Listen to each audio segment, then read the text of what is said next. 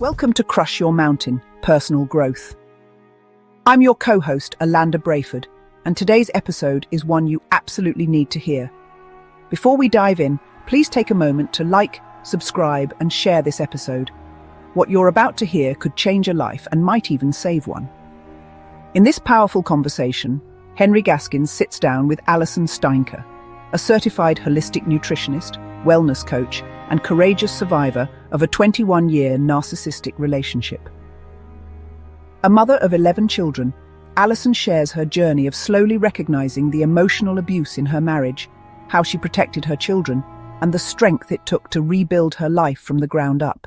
In this episode, you'll learn how to recognize the often hidden signs of narcissistic abuse, the key differences between conventional and holistic nutrition, why mindset is critical to healing and long-term wellness, how Allison helps others transform their lives through holistic health, forest bathing, and emotional empowerment.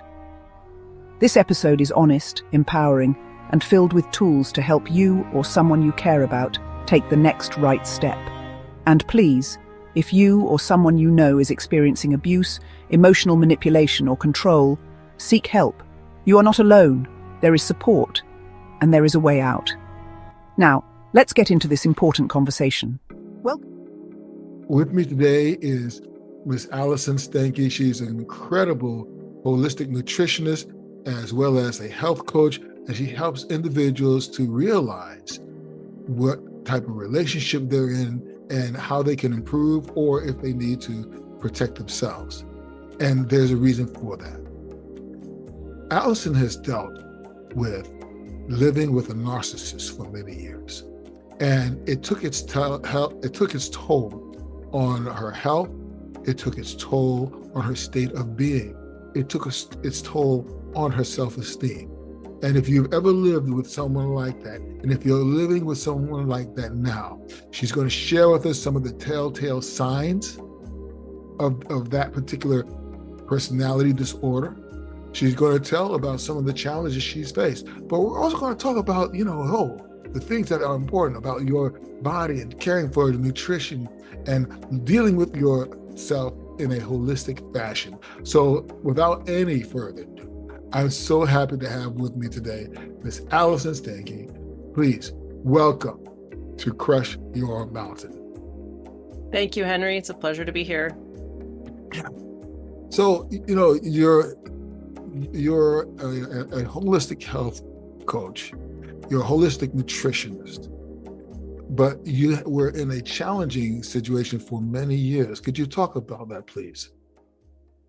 Well, I was married for 21 years, and we had 11 children together. And it wasn't until about 4 or 5 years ago I was able to admit that this was actually an abusive relationship. Before I just kept believing the narrative that, if I just did this differently, he wouldn't treat me this way. Oh, yeah, I know he has problems, but it's not actually abuse. It's not so bad. Because I'd been in an abusive relationship in my teens, late teens, and he was terrible, like really bad. So I thought, it's not like that. So it can't be that bad. That's abuse. I would recognize abuse. But I think subconsciously I didn't want to recognize it because that would mean that he was the problem and I couldn't just blame myself for everything. And then I didn't want to think about what that would mean for our family. So I just kept blaming myself because it was easier to blame myself than it was to blame him. And I don't know what happened. One day I just woke up. I really don't know what it was. And let me ask you a question. When it was easier to blame him, or easier to blame yourself than to blame him, what in your mind were you thinking would happen if you did blame him, if it was his fault? What was the thought process of the outcome? I don't think there really was a coherent, logical thought process. But I think all these thoughts I had on a subconscious level. And When I was angry at him for things he would do, I had nowhere to go with that anger. I had no way to process it. I had nothing to do with it because I couldn't go to him. Because if I went to him and said, "Hey, you hurt me, you did this," he would just turn it on me. So there was never any real actual sorrow or repentance. So I just would have to deal with it and shove those emotions down and repress them. And then I guess my outlet was just being angry at myself instead of being angry at him. And then I would have to, if I recognized or admitted that, he actually was the main problem in our marriage, then I don't know, maybe it would lead to the breakup of the family. And I couldn't even think about that at the time. It sounds like your background is one that really stressed family values and being together. Am I correct to say that? Yes. Yeah. And it was always something that I'm a very loyal person and I'm a very passionate person. I'm dedicated. So, I mean, my faith, as Christians, we're taught the marriage is forever. But in some expressions of Christianity, unfortunately, it's not really, abuse isn't really discussed and what to do if you are in Mm. an abusive relationship, Mm. and how there's limits, Yeah, to what we don't need to put ourselves through these situations. yeah. It is interesting because many times it is taught that way in a very narrow perspective, and but even in scripture, the understanding is that you know a husband has a responsibility to care for his wife, love his wife as he does himself. And so that can, unfortunately, the narcissist never thinks in terms of what it means to love himself, because I would argue that deep down inside, he really doesn't love himself that much. You know, Yeah. has that ever been an occurrence to you, or have you seen instances where that was so? What, that he didn't love himself, you mean? Right. Or, Yes. uh, I think narcissists tend to hide that really, really well, Mm-hmm. um, with the grandiosity Yeah. and you wouldn't have guessed that he didn't love himself because he put on a pretty good front. But I know, like, once I realized that he was narcissistic, I spent many, many, many, many hours learning about narcissism in an attempt to try and make this marriage work. Like, okay, now that I know what I'm dealing with, how can I make the best of it? And Mm. so I learned a lot about narcissisms and the inner workings, and I love psychology. I find it all really fascinating. But um, yeah, no one would have ever guessed that he didn't love himself. What were the telltale signs of the narcissism, the traits that began to manifest with you? Well, at the beginning, there was a few red flags, but they weren't big flags. And I like to give people the benefit of the doubt and believe the best in people. And so I never really, I guess I just brushed it off aside as nothing, like, oh, if I was upset and he wasn't comforting me, I thought, oh, he's just not good with emotions and doesn't know how to express himself and how to help me. No, I realized later he didn't actually care. And at the beginning of the marriage and the beginning of any narcissistic relationship, the it's not that bad. Sometimes there's love bombing. I don't know if I ever got that or not, but it's not bad because you admire them and you don't know about all their faults. And so they Mhm. think, oh, this person is wonderful because they're making me feel good about myself. Mhm. And then as time goes on, um, the partner of the narcissist learns more about them and about their faults, and Mhm. then they feel more insecure, and then they take that out on their partner. And so his opinion was the only one that was allowed. He basically, I was not allowed to have my own opinions, my own beliefs, my own thoughts. And if I did, I had to keep them quiet. I wasn't even, he didn't like it when I had emotions. It was his way, was the only correct way. And I would get bullied or silenced or criticized heavily if I didn't comply. Um, that was the worst part of it, really. Like he was a Christian, is a Christian, whatever relationship he has with God, I'll leave that between him and God. I'm not going to judge that, but he would criticize me and tear me down in the most Christian way possible. So there How- wasn't really a Christian way possible. Like there yeah, wasn't how does that there wasn't how does that happen? How does one tear down someone else in a Christian way? well, they don't. They don't. Right? You Okay. can't. But there was no name calling. He'd think he tried once, and I shut that down pretty quickly. There was no name calling. There wasn't really a lot of yelling.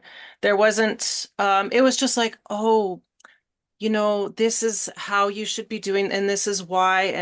And so he would come to me privately and criticize me privately. Well, he disrespected me in front of the kids all the time. Never in public, but he disrespected me in front of the kids, was very rude, would ignore me. But in private, when he criticized me, it was under the guise of just sharing to inform.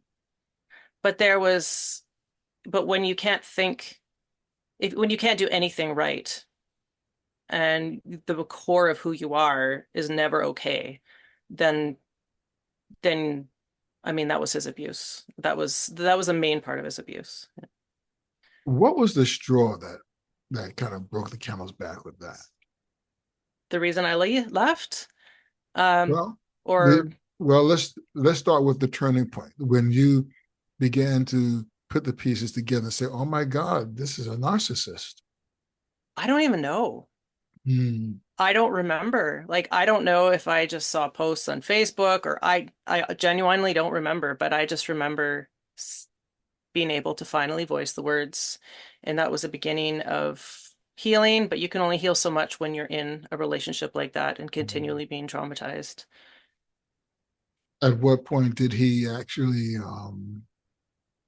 or did you actually feel that, hey, this is it. I've got to take my kids. I've got to get out of here. At what point did you feel that you were in some sort of physical danger, or was doing something else? Tell us that turning point. Never really, well, other than his driving and his drinking, I never felt like I was in physical danger. Like I was never worried that he would hit me. I wished he would hit me. I really did because I thought then I'll have bruises and people can see how much I'm suffering. And I won't be suffering alone anymore because I felt like I couldn't tell anybody else because I'm supposed to be this faithful wife who keeps all her secrets. And then I would have a really good reason to leave. Like the more I healed, the harder it became to stay there and to put up with it. And I would set boundaries and I'd say, hey, you can't talk to me like this or whatever. And then in order to avoid a conflict, he would sort of let me do that, but then he would take it out and somewhere else. So he made sure that he was always treating me like garbage. Um, and I just over a year ago, I think it was summer of 2023, I said, I don't know how much longer I can do this. Like I can't put up with this. I can't do it. And then in early 2024, something happened. I can't discuss that, but I just said, we're done. I told myself that's it, like game over. And I made a plan and I got out with the kids. So, just to be clear, when you say you can't discuss it, is that you can't legally disclose this, or is that something that you're just something that you're not willing to cross? Both. Okay. No. But now you've made this massive change. Have you experienced any fears, any concerns that you have maybe you at that point were you reaching a point where you were afraid of crossing that bridge, or maybe even going back, over the bridge, then returning because this is beyond the norm for you? I was definitely afraid to leave. Um, Afraid of doing the wrong thing, afraid of me being the reason why the family fell apart, which is ridiculous, but these are the thoughts I was having.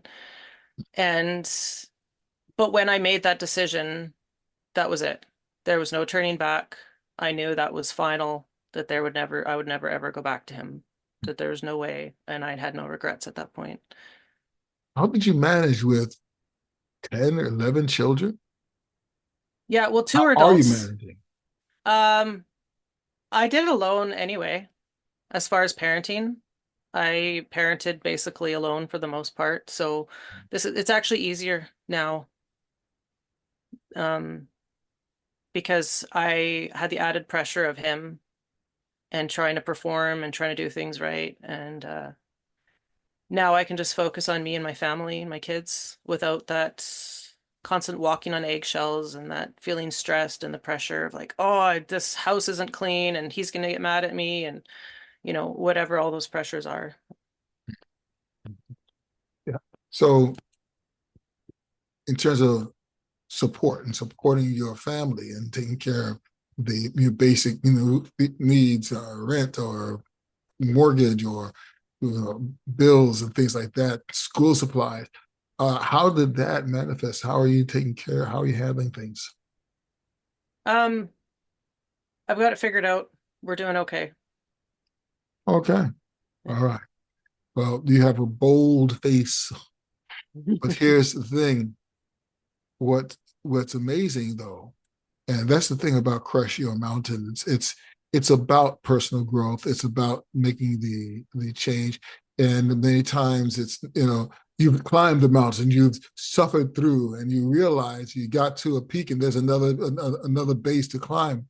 So you finally decided to just chip away until you can get to your light at the end of the tunnel. The thing is that um, in many cases, that involves change and the drive to help others. And that's what you do also. What made you look into becoming a health coach and a holistic nutritionist as well? And we'll shake there. What made you do that? It's funny. I've always had an interest in health and healthy eating and nutrition. And in about 5 years ago, a friend of mine, she is a physician, and she said, "Hey, I'm going to start a holistic fertility clinic. Do you want to work for me as a health coach?" And I just said, "Absolutely. I would love to do that." So I got certified at that point, as a nutritionist and a coach. And then she ended up not starting her. I had a baby like right around the same time as I got certified. So I was busy, and my husband was making money and I was at home taking care of the kids, homeschooling, everything else. So there wasn't a lot of pressure. So I've had clients, on and off. But and also I have to say too, I felt like a hypocrite because I was overweight because I turned to food to cope with the trauma. Um, and then, like I said, I have clients on and off here and there. And then when our marriage ended, I said I got to figure out how to make some money here. I'm going to start writing because I enjoy writing. Like I'm going to be a copywriter. It's something I can do early in the morning when the kids are asleep. I don't have to talk to people and help them with fear of like breaking down, bawling in the middle of it because I was going through some significant grief at that point. And so I dove into copywriting, spent many, many hours learning about copywriting, and I only wanted to work for coaches because I was passionate about the industry, I understood the industry, and I wanted to help people. And the thought of creating copy, like writing ads or whatever for soap company just ate me up inside. I just couldn't do it. And then I actually got another client by mistake and almost against my will. And I got back into coaching through her. And I'm so thankful because I just thought, oh, this is why I loved it. This is what I want to do. I want to help people forget writing. I'll write in other capacities, but I just really want to coach. It just aligned with who I was, with my energy, with my passion, with my gifts, my education. So that's how I got back into coaching.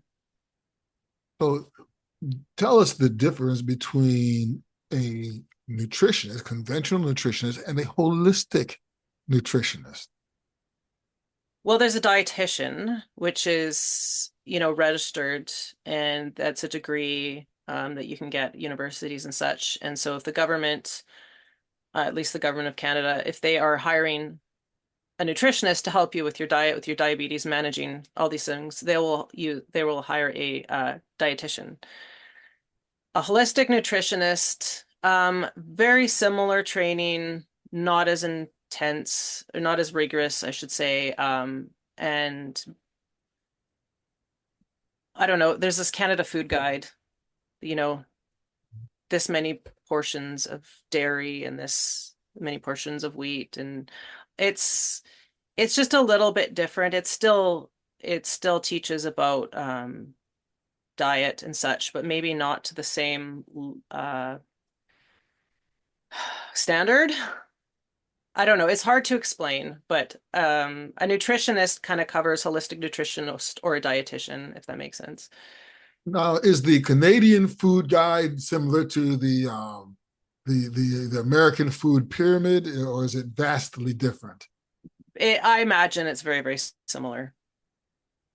Would you say then that that there's that big food, the big food companies uh, kind of have a stranglehold on the Canadian diet? That's usually how it works. Yeah. So here we talk about the standard American diet, you see, Yes. and we Yep. call it sad. Hmm. Okay, we call it sad. But individuals that wind up eating that way, if we're seeing a host of illnesses that many of the doctors and big pharma just like to say, well, this it runs in the family. There's really no explanation for why these things just happen. They just sometimes these things just happen to people, and you find out that it is the nutrition and the poor chemicals and things like that that's in the body that contributes, if not outright causes, those illnesses, you know? It's something like 80% of illnesses in America today are preventable. Yeah. And it's so sad. It's so sad to see. I'm very passionate about nutrition because I've read so many things and witnessed so many things of how it can improve our overall health, well-being, Mhm. energy. It's huge, and it's sad that it's not emphasized more. It's just sort of, it seems like here's an option that you should probably consider, but I don't think people really understand why they should so seriously consider it. Does that make sense? Hippocrates said that food should be our medicine and our medicine should be our food. And it makes total sense to me because that's where you get your nutrients from. That's where you get your vitamins from. That's where you get the good chemicals that build up the body.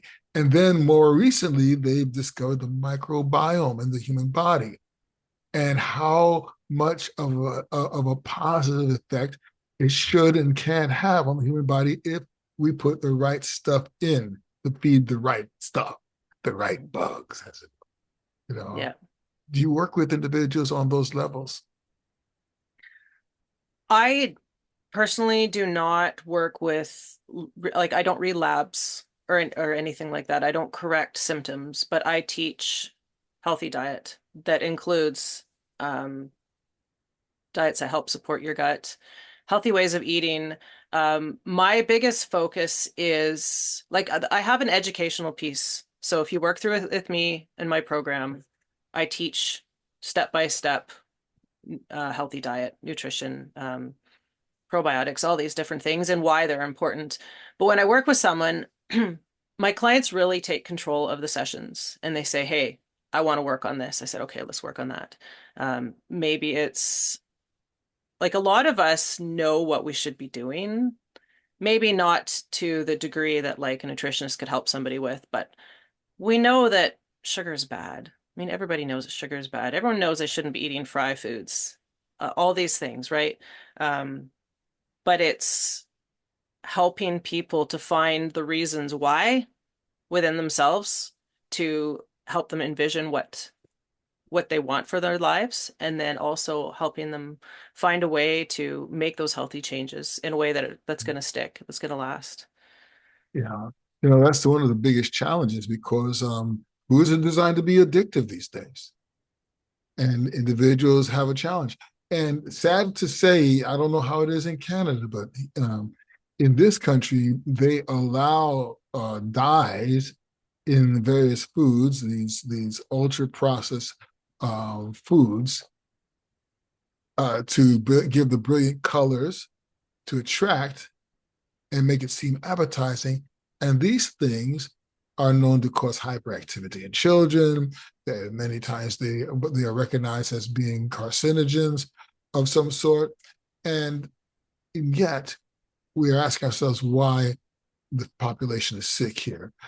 Tell us again, how do you steer individuals away from, well, let's just say sugar-laden, ultra-processed frankenfoods? Um, Sorry, I'm pausing because sometimes I have five thoughts at once. And that's when someone asks me a question about how to do something, that's usually what happens. It's like, oh, well, this and this and this and this. First thought is, yeah, in Canada, the colors, the dyes are definitely a thing, but I am noticing a big trend away from that. It used to be that if I wanted to buy cheese, there's like one or two brands I could buy. The rest were colored with dye, and now it's just a natto. Like I don't think you can even find cheese that's colored with dye anymore. And now there's more and more candies and cereals and that kind of thing that are moving away from the dyes and moving towards natural means of coloring. Doesn't make it a health food. Um, so so if somebody wants to move away from that, there's different aspects to this, right? There's like the food addiction, or it takes time for our body to get used to these things, and especially as we cut off the sugars. And when I say sugars, I also mean the carbohydrates that are simple carbohydrates, white flour and all these things. Our body's addicted to it. And it takes time and it takes a little bit of work and dedication to move away from it. But um, I just personalize the approach. So I look at a client's life, we look at it together, and we find the problem areas, and help them find a solution to replace that. And, it depends on if they want fast and easy food, if they love to cook, what kind of foods they have access to, what their budget is like, all these things. So we just help them come up with a plan that's personalized for them to move away from all this food that's not nutritious. Yeah, yeah. So, and this is important, especially with you as a busy mom. You have several kids and ranging in various ages, and that must be a monumental task to get them to eat healthy. So you've got some experience on you. So tell us how you manage to help them, help the kids to make better choices food wise. It's easy. You just start from birth and you don't give them garbage. But then they Okay. go out, but then they go out in public, or they go to friends' houses. Mhm. Or dad buys treats, or sometimes moms buys treats too, but I try and make them a little bit healthier, but we splurge here and there. So if they're used to eating a certain way, they won't want to eat the other way. Like I make cookies, whole grain wheat that I buy from local farmers, grind myself. I don't add fats. I'm not against fats, but it just depends on the type. And I put a small amount of brown sugar or different additives. And sometimes I've caught my kids saying, "Oh, mom, we ate their baking and it was so sweet. It was just gross," because Yeah. their taste buds are Right. used to what I feed them. And And it's so, interesting that she sorry. said that because taste buds can change. So if we train ourselves and just go through a program to get ourselves rid ourselves of sugar, we can actually train ourselves to appreciate things that are less intensely sweet. Mhm. And then when we get that sweet stuff, look like just like your kids did, you The know. same goes for salt too. If Yeah. you're consuming too much salt and you lower your salt intake, you will find that the salty foods that you once enjoyed, you just can't enjoy anymore.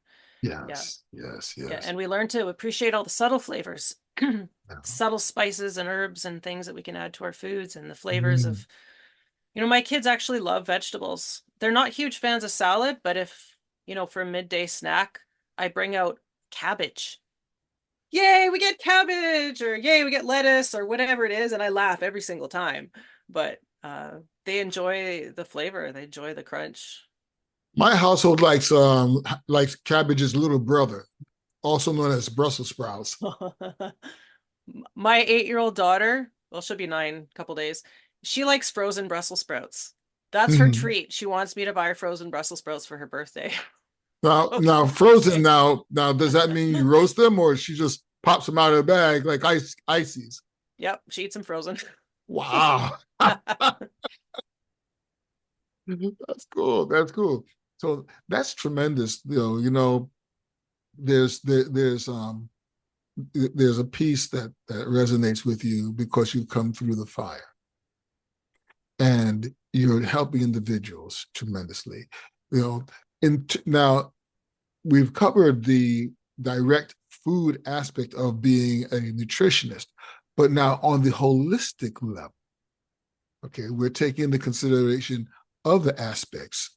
So now myself as a health coach and training in holistic nutrition as well, I know that there are a number of different venues, or a number of different tools that we can give our clients.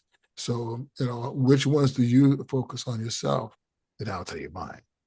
Okay, sounds good. Mindset's big. Mindset is very big. Mm-hmm. Because that is really where all change starts. And I could, like, if someone comes to me and says, I want a program, I want to know when to exercise, how much to exercise, what to eat, because I want to be as healthy as possible, I can give them that. I can give them a program, but it's probably not going to stick. And it has to be something that works with their lifestyle. But there's so many aspects to health, right? There's sleep, there's community, there is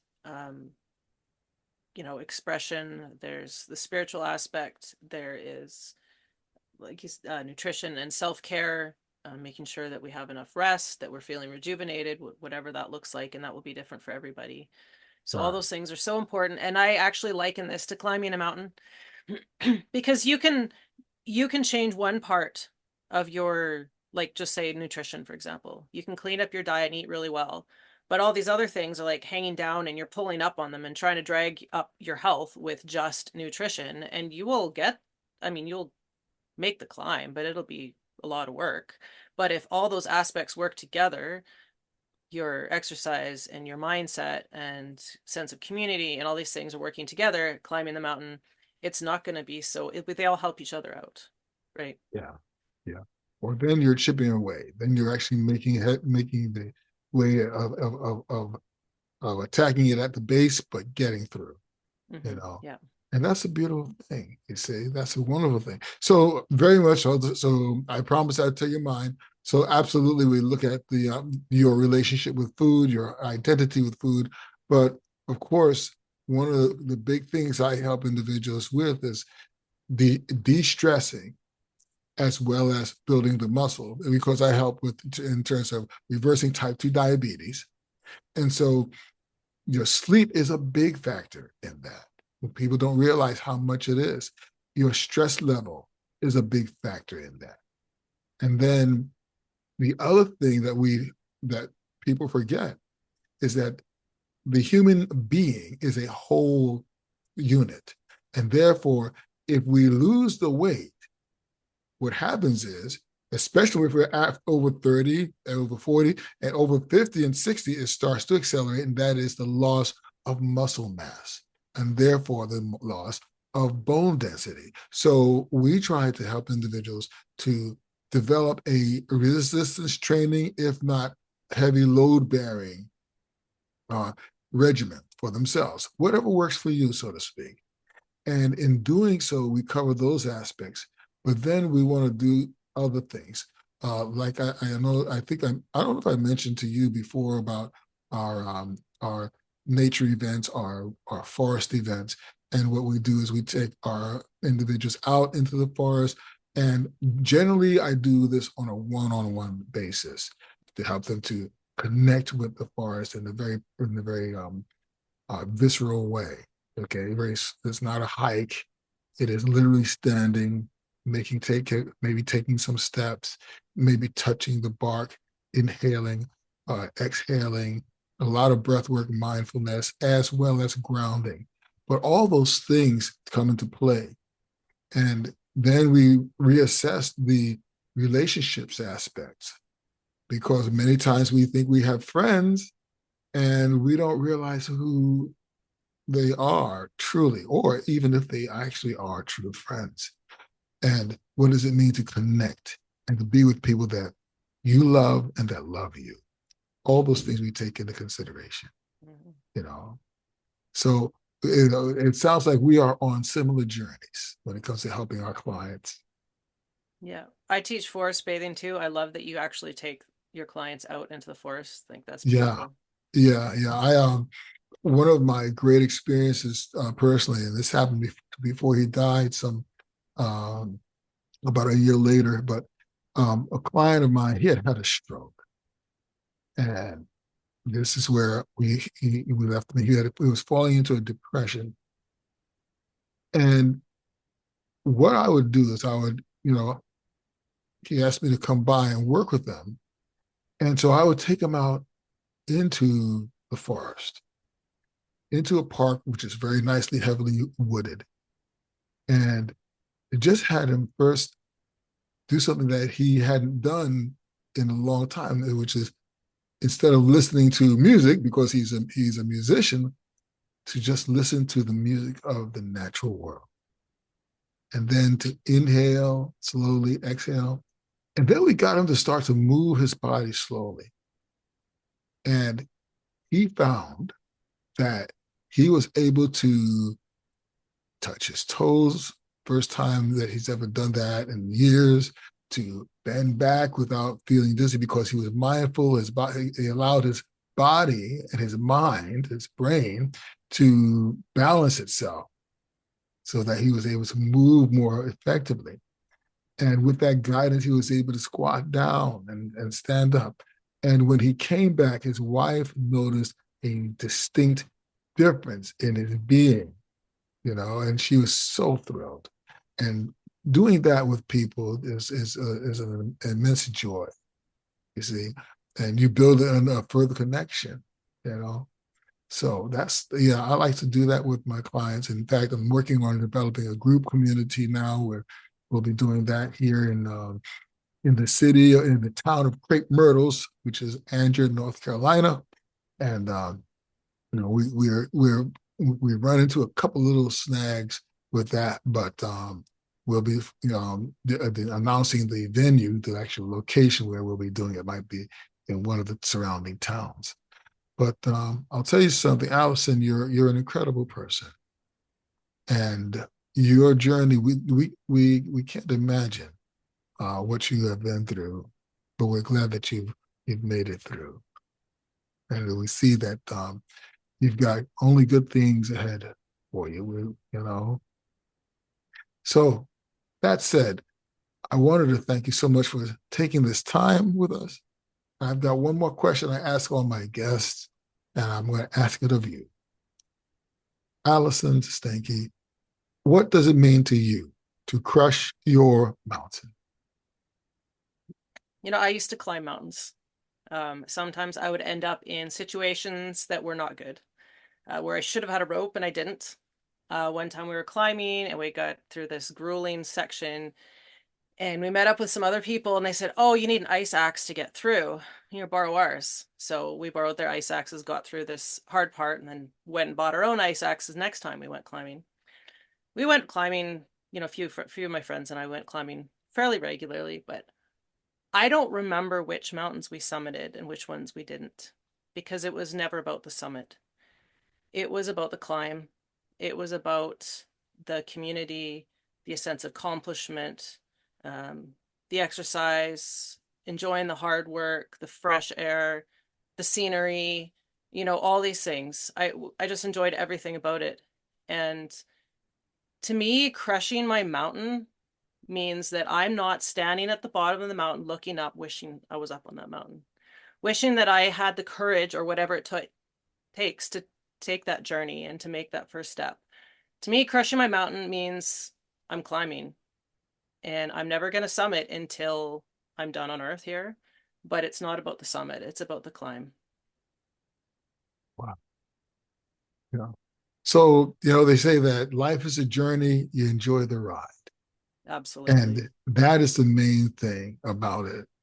And if you're in the process of taking charge of your health, you have embarked on an incredible journey. One that, can be monumental, can be a mountain in front of you if you're dealing with type 2 diabetes, or you're dealing with just overweight, excessive weight gain, or other challenges in your life.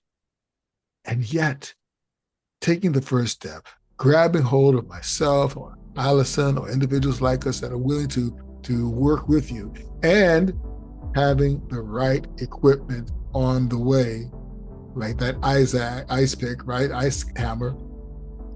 Taking those things with you allows you to chip away at each little challenge until your tunnel gets bigger and bigger. You get to the other side, or you've reached the summit that you didn't really care about. But see, if you're going through the tunnel, you can find some gems on the way to collect them. You can actually discover new things, maybe a fossil or two. But you're coming out with a grand community of folk, and at the end of it, you have indeed crushed it.